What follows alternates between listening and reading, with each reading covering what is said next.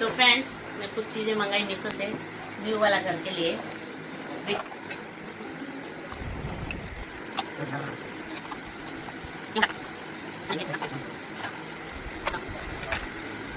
और ये है ब्रश होल्डर, और यहाँ पे चिपकन का, और ये हाँ ये भी है, और ये थोड़ा सा ठंडा रहेगा। और ये हम लोग का बस बात नहीं है, कभी हम ब्रश निकालेंगे तो नहीं, इसलिए मैं इसको करूँ कैंसिल, बस बात नहीं है, क्या जाता है ये हम दिखा रहे हैं, और हम ब्रश करेंगे फटा से ब्रश सामने चलेगा ग्रास का छोटा। अच्छा ये है, और ये अच्छा अच्छा तो अच्छा है।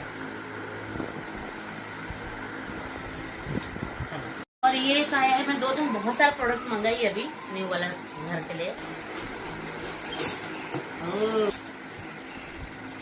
ये घड़ी चलेगा भी, बैटरी यहाँ पे सेल डालेगा तो ये घड़ी भी मस्त एकदम वीक लग रहा है। 500 रुपये में चलो, और इसमें डालेगा ये भी फ्लावर पॉट, इसमें भी डालता तो अच्छा लगेगा।